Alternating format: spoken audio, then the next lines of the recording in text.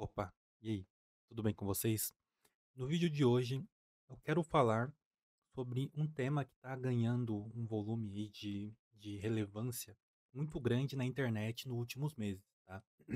Basicamente, hoje eu quero falar sobre a questão do fim ou não da sonegação de aluguel, tá? Eu vejo que esse tema ele está ganhando uma força muito grande, tá? Alguns influenciadores de investimento, principalmente não vou citar nomes, né? Alguns influenciadores de investimentos já está falando sobre isso, alegando que agora fechou o cerco, a Receita ela vai fechar o cerco, não vai ter mais como haver sonegação nesse sentido. E diversas outras influências aí de cunho contábil, de cunho advocatício, jurídico também, estão discutindo esse tema, tá? Então eu quero falar um pouquinho da minha opinião sobre isso e o vídeo de hoje é sobre isso. Então vamos lá. Basicamente, o que permeia, qual é a essência de toda essa discussão? A essência, ela nasce lá da Lei Complementar 214 de 2025 e trouxe para a gente novos impostos que vão incidir sobre o consumo, o IBS e a CBS.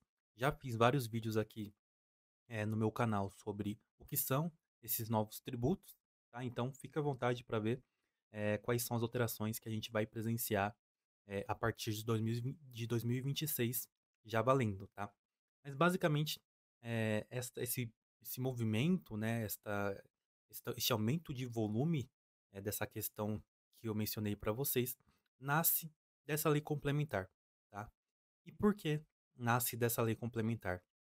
No artigo 59 e em outros artigos dessa lei complementar, o legislador ele cita o CIB, tá? Como uma obrigatoriedade para manter a conformidade de quem for contribuinte, principalmente, desses novos tributos, principalmente IBS e CBS. E o que seria esse CIB na sua essência? O CIB é um inventário em teoria, tá? De todos os imóveis rurais e urbanos que a gente tem aqui no nosso país, tá? Principalmente aqueles regularizados. Então, a intenção do fisco em instaurar o CIB, que não é uma ferramenta que vai nascer agora, tá?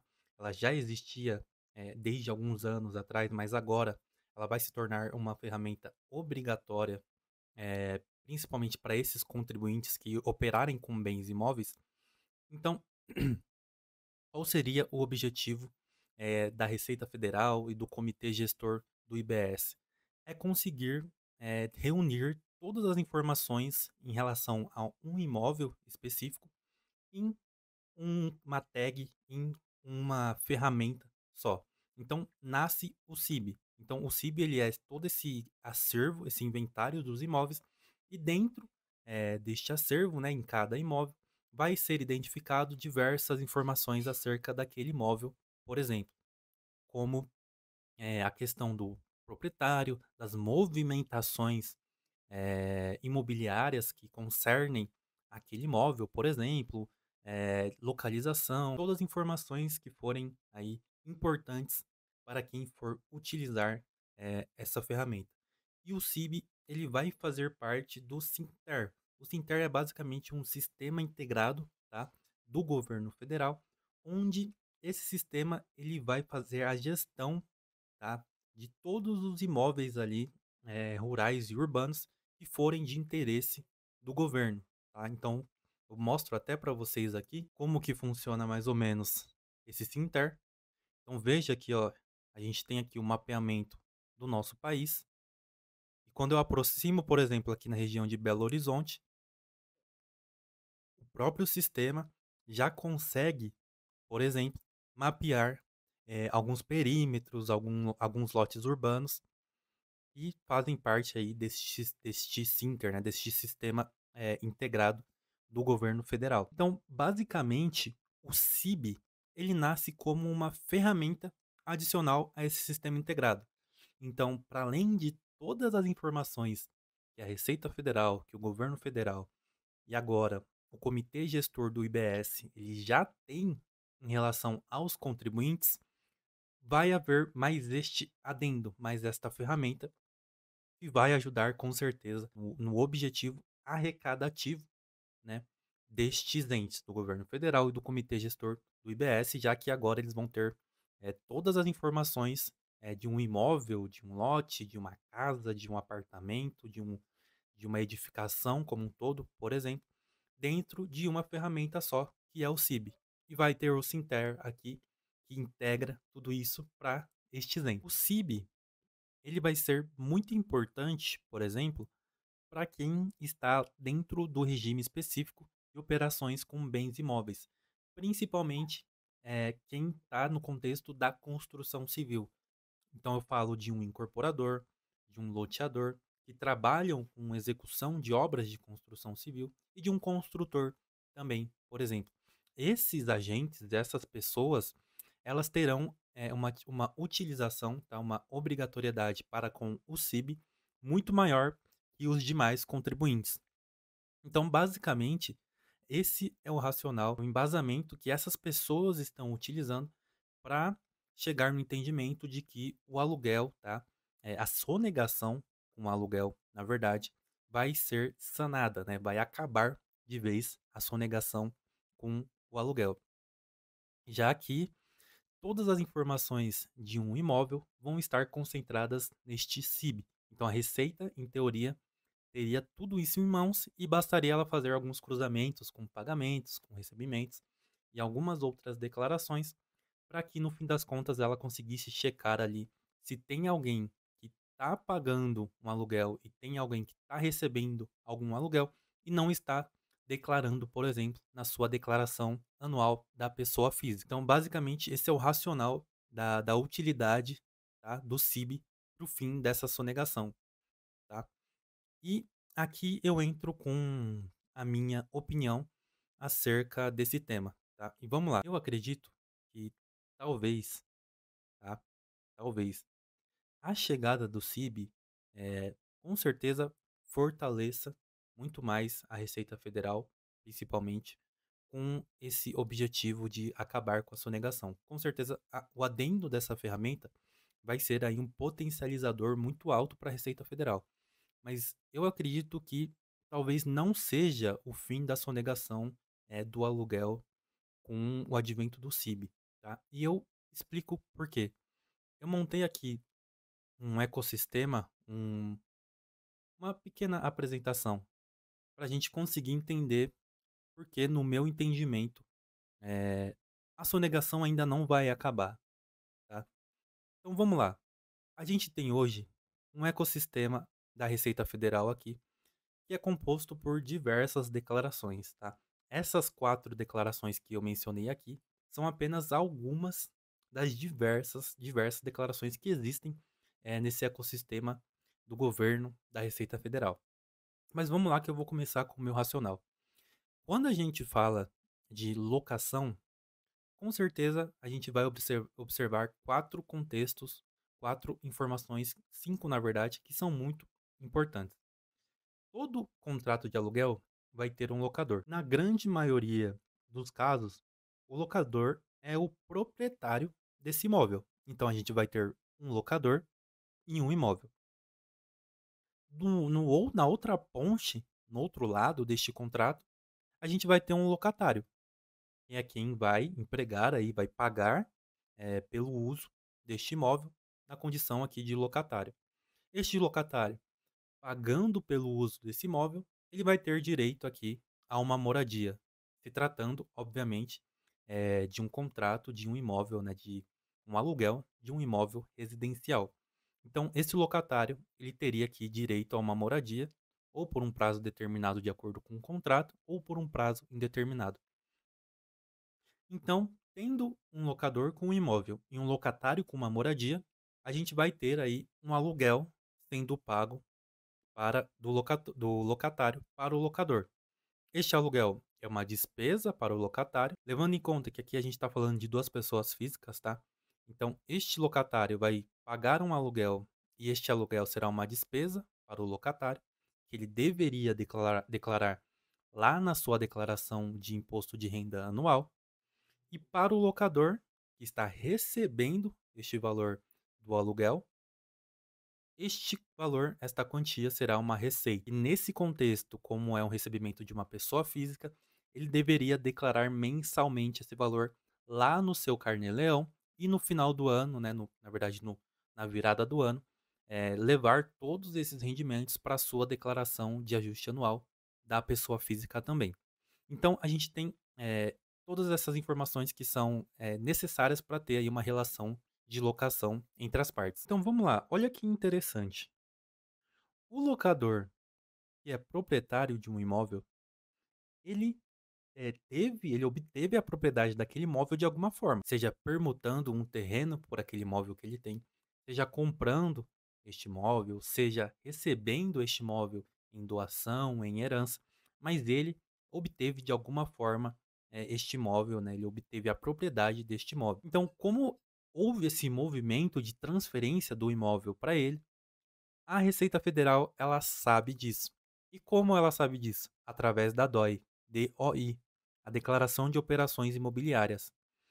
Essa declaração, ela tem que ser realizada basicamente pelos cartórios de registro de imóveis. Toda a movimentação imobiliária que ocorre nesses entes, eles precisam enviar essa movimentação para a Receita Federal.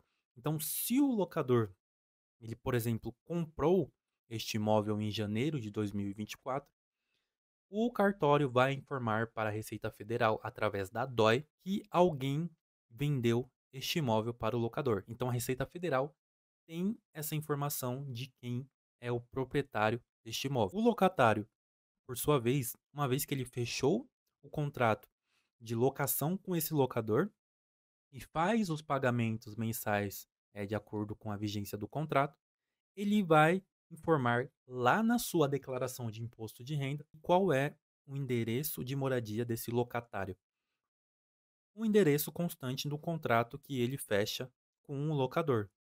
Então a Receita tem a informação de quem é o proprietário atual daquele imóvel e todas as movimentações que vierem a acontecer futuramente, a Receita também vai ter esse acesso.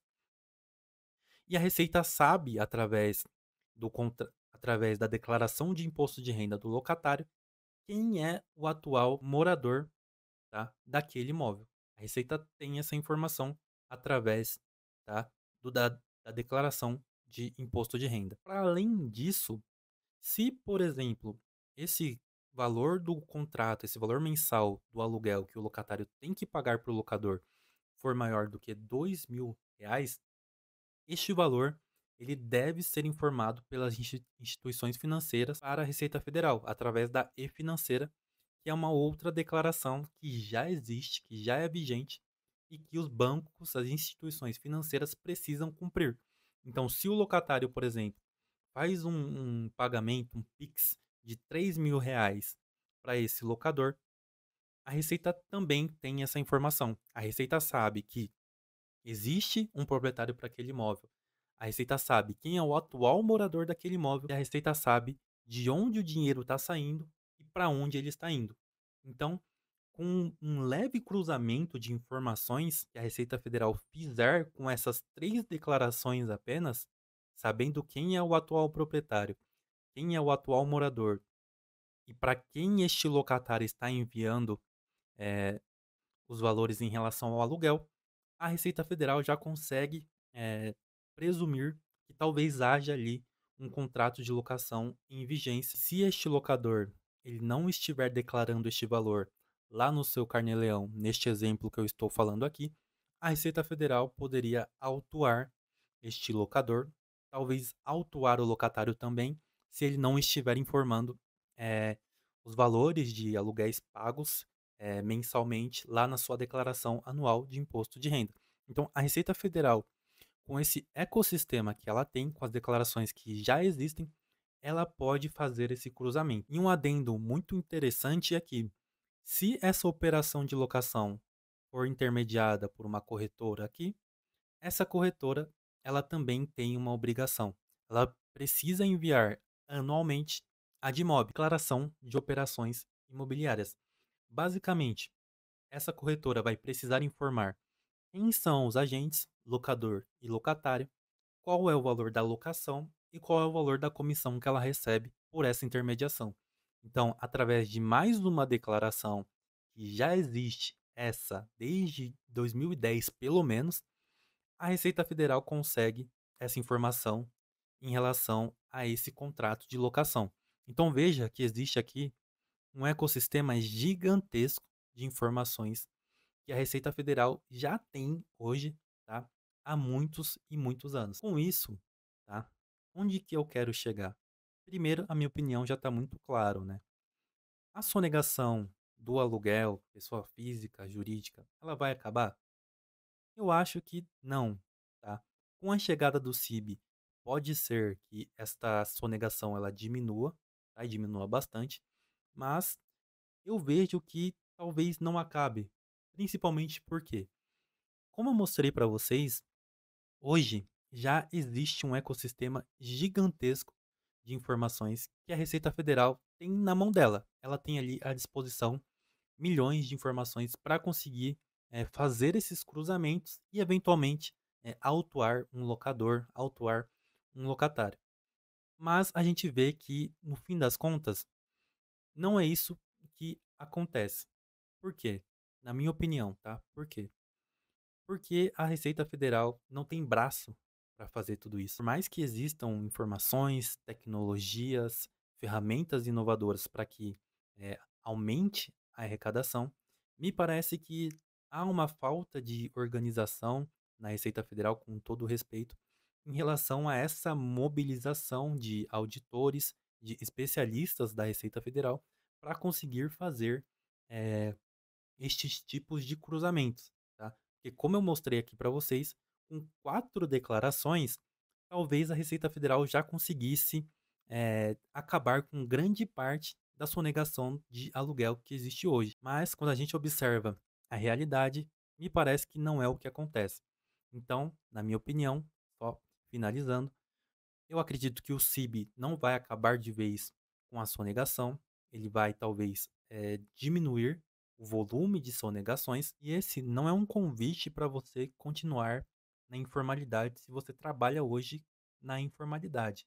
Eu acredito que esse é o momento ideal para você começar a se estruturar, começar a trabalhar na formalidade, talvez até estruturando uma administradora de bens.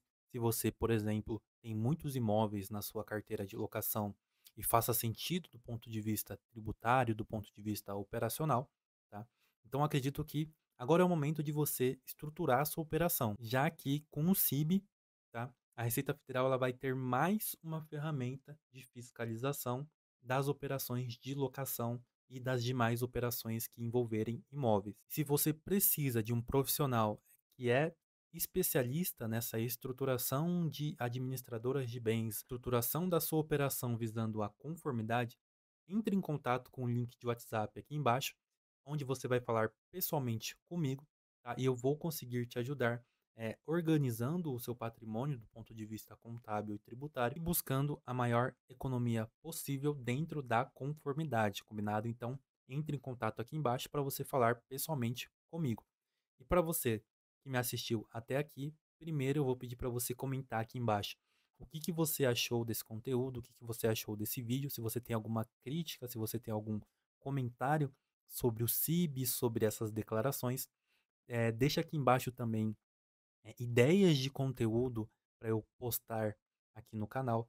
Se inscreve no canal e ativa o sininho para você não perder os próximos vídeos. Envia esse canal e esse vídeo para os seus colegas mais próximos para eles terem acesso a esse tipo de conhecimento também. Fica ligado que essa semana tem mais vídeo ainda aí. Valeu!